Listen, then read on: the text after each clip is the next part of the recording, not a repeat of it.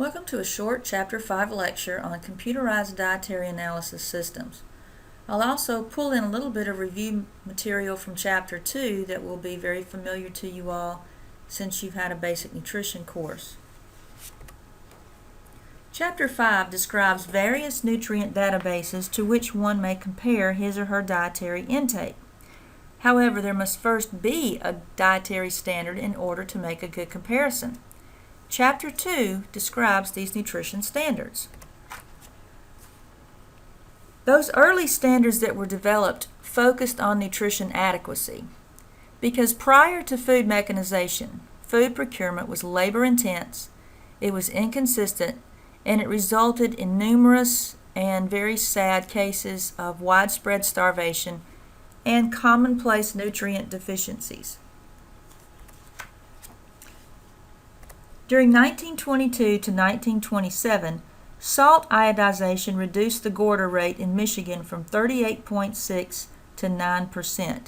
And so you see why there was such an emphasis on making sure that nutrient adequacy was the primary goal of those early standards. Another example, in 1921, rickets was the most common nutritional disease of children, affecting 75% of infants in New York City alone. In the 1940s, the fortification of milk with vitamin D was a critical step in rickets control, and we rarely see it today. Just a few years ago, there were about 50 cases diagnosed in the United States, and most of those were in breastfed children. And many of you remember the story from Basic Nutrition of Dr. Joseph Goldberger. He discovered and improved the diet, he discovered that an improved diet prevented and cured pellagra, a niacin deficiency that killed over 100,000 people in the southeastern part of the United States. Flour fortification with the B vitamins and with iron have basically eradicated pellagra in the United States.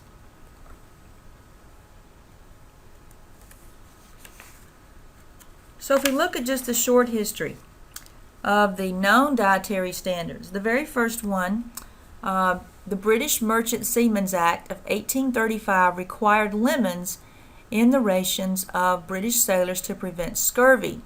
And there are several books on the market that I would direct you to if you'd like to read a very interesting history of the vitamin C deficiency and how it has impacted world nations even down to today.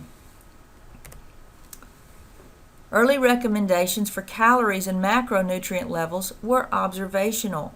We really didn't know how much people needed.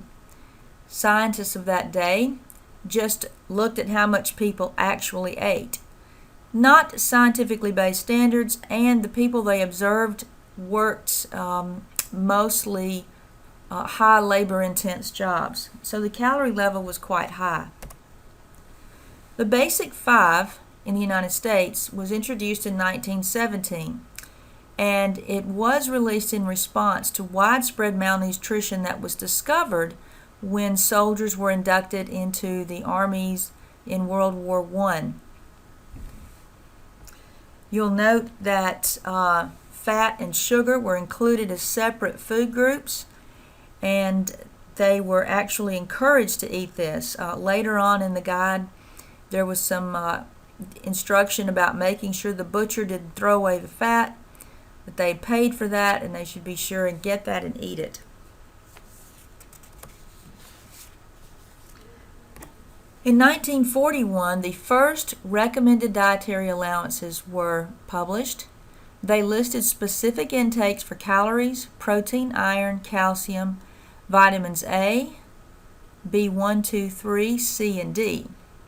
And the RDA was the nutrient standard for 5 decades. It guided public health, food programs, food labels, industry, health care, even individualized diet analysis and comparison. It was also designed to meet the needs of the population. It was based on balanced studies with the RDA set at 2 standard deviations above the mean to assure that 98% of the population would be covered.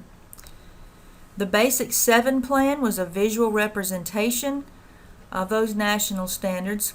However, over time, it was inadequate for addressing the new healthcare disease environment, chronic disease.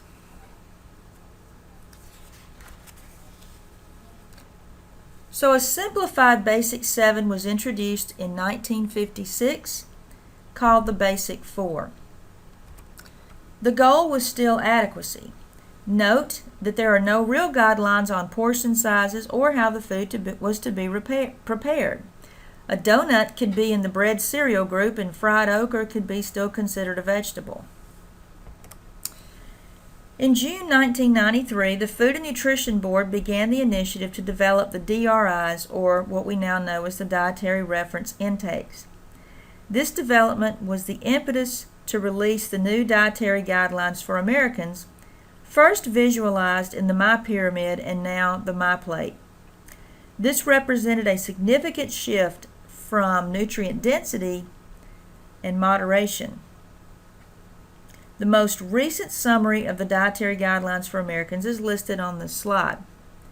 The My Plate system is electronic, and individuals can go online and print a diet plan specific to their age, gender, life stage, and even ethnicity. The plate emphasized larger portions of grains and vegetables and fruit and less on protein. Sugar and fat are minimized in the system. And we use these images because people eat food, not individual nutrients. So again, the new standards emphasize nutrient density and moderation as opposed to the old ones that emphasized adequacy. Now, this isn't the only standard. The New American Plate was published by the American Institute for Cancer Research and revised later in 2007. They endorse the fact that 30% of all cancers could be prevented by healthy eating and physical activity, and perhaps as much as 40%. And so they advocate that less than a third of the plate be from animal protein, and they encourage meatless meals during the week, a flexitarian type of eating pattern. The emphasis is on plant foods, fish, low-fat dairy products. Now we take you back to the dietary reference intakes. Again, I expect that you are all very familiar with these. It's actually a collection of several tables. Different countries have their own DRIs. The current ones that we use in the U.S. are for people living in the U.S. and Canada. So the 4 possible values that could be under the DRI is the RDA, the AI, the estimated average requirement, and the upper intake level.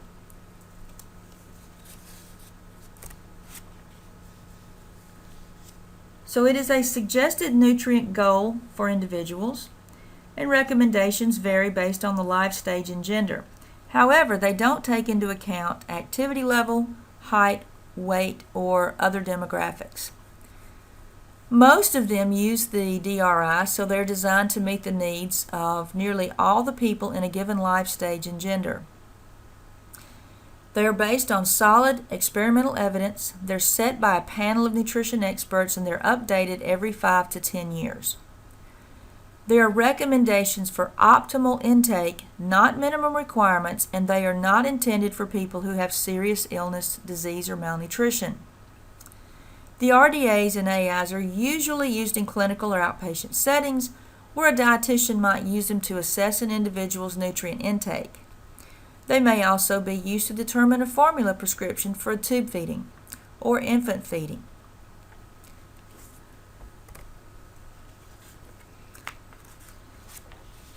The estimated average requirement is given for different gender and life stage groups. It's a value used by researchers and nutrition policy makers that will help them assess nutrient intakes in populations. The EARs form the basis upon which the RDAs are set. And of course, the UL is a standard that identifies potentially hazardous levels of nutrient intake when it's exceeded. Not all nutrients have a UL because we have insufficient data. However, all vitamins and minerals can be toxic when taken in excess, and this is usually from supplements along with fortified foods. Even something as innocuous as vitamin C, which is water soluble and easily excreted, can cause gastrointestinal problems when taken in large quantities over a period of time. The AI is what I call a lucky guess. It's a suggested nutrient goal when we really can't determine an average intake. They're as scientifically based as possible, but they involve that, as I said, an educated guess.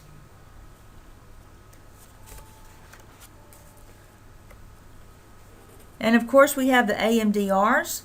This applies to the macronutrients, where the other tables we just covered applied to micronutrients. So we have AMDRs for fat, carbohydrate, and protein, and they've been established for children, 2 different groups, and adults.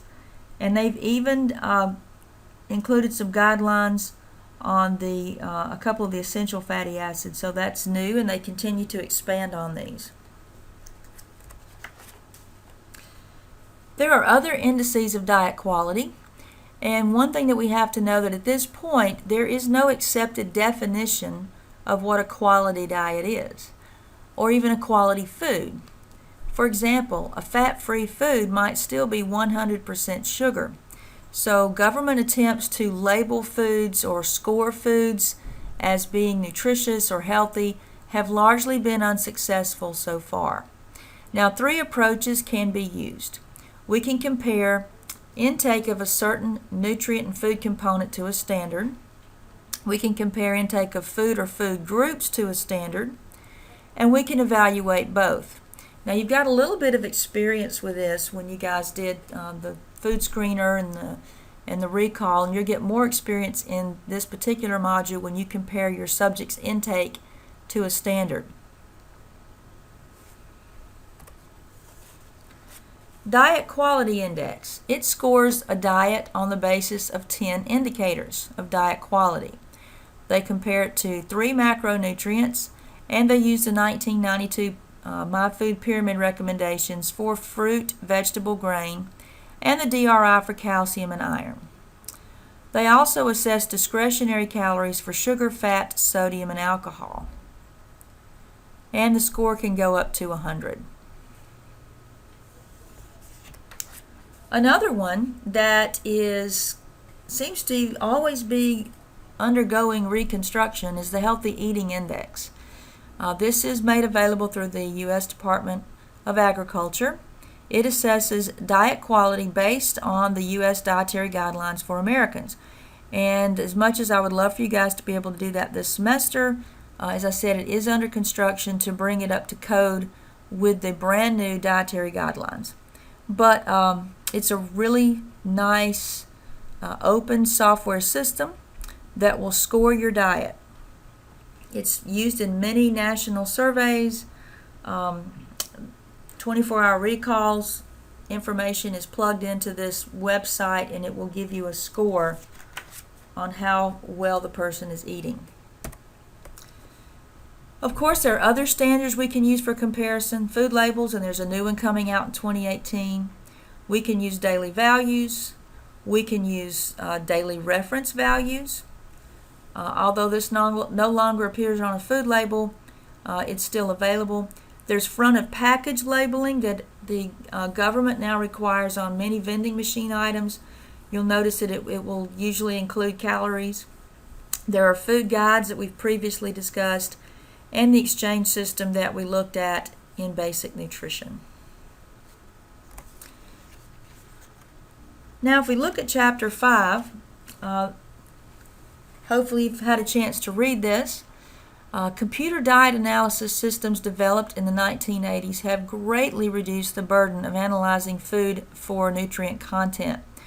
Prior to that, dietitians and even students in nutrition classes would have to look up the foods from very long tables and do a lot of calculations to analyze a day's intake. Now there are hundreds of computerized dietary systems, and they have varying degrees of completeness. Some will only give you information on the calories in food. Others give you everything, all the amino acids, all the macro and micronutrients, fatty acids, water, even the trace and ultra trace elements. They'll give you a fatty acid ratio. Some are free to the public on the internet. Others are very expensive systems that are purchased by researchers and universities, and they pay an annual fee to update the system with the most recent diet information on products. Some of those that are available to the public are actually, they can be manipulated by the public. Food companies can put information in. Individuals can change information and enter foods in there, so you have to be careful when you use one available to the public. So I will not review everything in Chapter 5 because the assignments that you are doing for this particular module will demand that you read Chapter 5. So the first thing you need to do is go through the chapter and read it while completing the crossword puzzle review. The goal is to learn about the different dietary analysis systems that are available and know the hallmarks of those that are good. The first activity for you to do after that is to complete the nutrient database scavenger hunt activity. I've selected one or two for you and just want to give you some practice going through a database looking for things and information. And again, I gave you the objective. Then you are going to take the food record of your subject from Module 2 and you're going to analyze their 24-hour recall using two different databases, and you're going to answer some questions and draw conclusions. And we will do this in the computer lab. And then finally, you will do some student presentations. You'll be assigned a particular diet analysis website, and following the instructions given, you'll do a presentation in class about that website, its pros and cons and ease of use, etc. So, get started, and I look forward to your work.